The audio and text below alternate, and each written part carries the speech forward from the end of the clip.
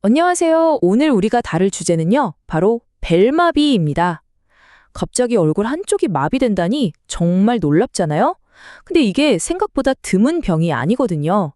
오늘 이 벨마비에 대해서 한번 제대로 파헤쳐 보겠습니다. 자, 여러분, 한번 상상해 보세요. 어느 날 아침에 딱 일어났는데, 얼굴의 반쪽이 내 맘대로 안 움직이는 거예요. 거울을 봤는데, 정말 황당하고 무섭겠죠? 바로 이렇게 갑작스럽게 많은 분들이 벨마비를 처음 겪게 됩니다. 그럼 벨마비가 정확히 뭐냐면요, 다른 심각한 뇌 질환하고는 상관없이요, 얼굴 신경 자체에 갑자기 그리고 일시적으로 마비가 오는 걸 말해요. 여기서 제일 중요한 포인트는 두 가지.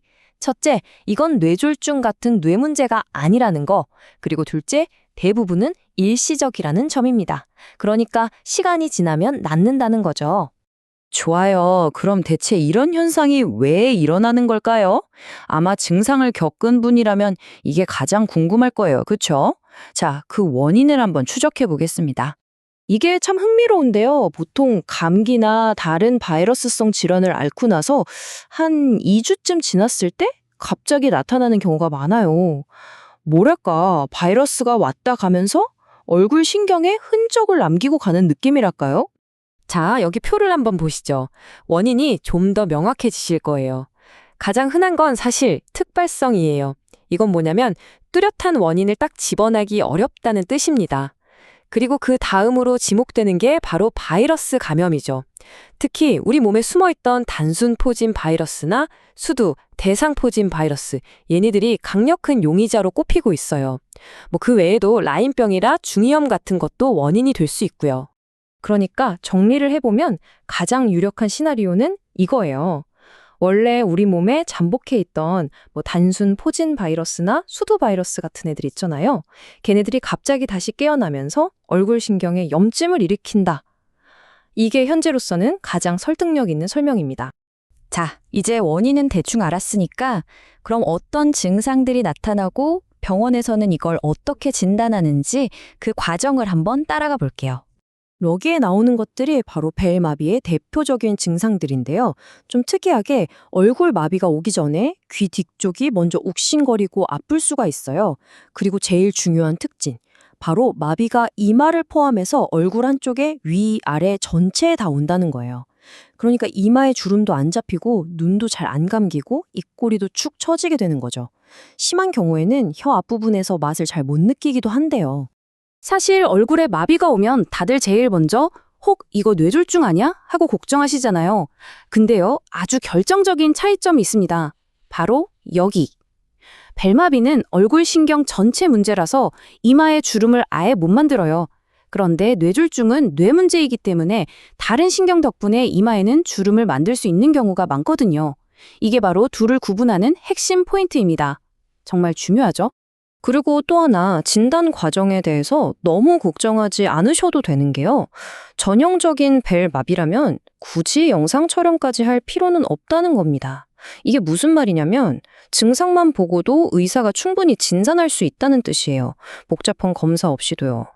물론 예외는 있어요. 만약에 증상이 좀 특이하거나 너무 어린 아이한테 생겼거나 아니면 시간이 지나도 좀처럼 낫지를 않고 계속된다. 이럴 때는 다른 원인이 있을 수도 있으니까요. 그때는 MRI 같은 정밀 검사를 해서 혹시 다른 문제는 없는지 확인해 보기도 합니다. 자, 지금까지는 좀 걱정되는 이야기들을 했는데 이제부터는 정말 희망적인 부분입니다. 바로 치료와 회복에 대한 이야기인데요. 과연 벨마비는 어떻게 치료하고 결과는 어떨까요? 치료는 생각보다 간단해요. 첫 번째, 염증을 빨리 가라앉히기 위해서 스테로이드를 잠시 복용합니다. 그리고 두 번째, 이게 정말 중요합니다. 바로 안구 보호예요. 눈이 안 감기니까 각막이 쉽게 마르고 다칠 수 있거든요. 그래서 인공 눈물이나 연고를 꼭 써서 눈을 촉촉하게 지켜줘야 해요.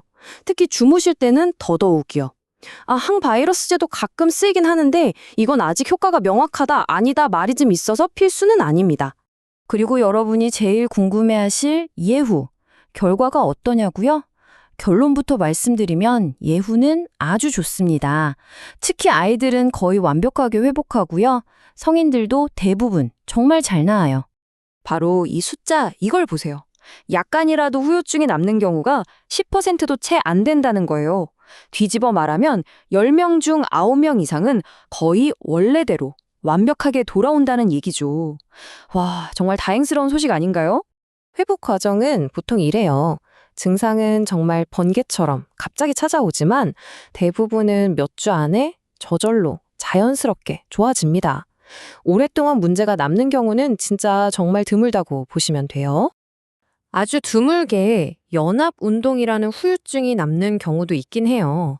이게 뭐냐면 신경이 다시 자라면서 길이 좀 엉키는 거예요. 그래서 예를 들면 눈을 깜빡였는데 나도 모르게 입꼬리가 같이 실룩 하고 움직이는 거죠. 근데 이것도 흔한 건 아니고요. 특히 아이들한테는 거의 안 나타난다고 합니다. 자, 그럼 오늘 벨마비에 대해 알아본 내용들 마지막으로 딱 정리해 드릴게요. 이것만은 꼭 기억해 주세요. 핵심 포인트 딱 4가지입니다. 첫째, 벨마비는 바이러스 때문에 생기는 일시적인 마비다. 둘째, 뇌졸중과 다르게 이마까지 얼굴 한쪽 전체가 마비된다. 셋째, 치료에서 가장 중요한 건 스테로이드와 눈 보호다. 그리고 마지막 넷째, 걱정 마시라. 예후가 압도적으로 좋다. 이 4가지면 충분합니다.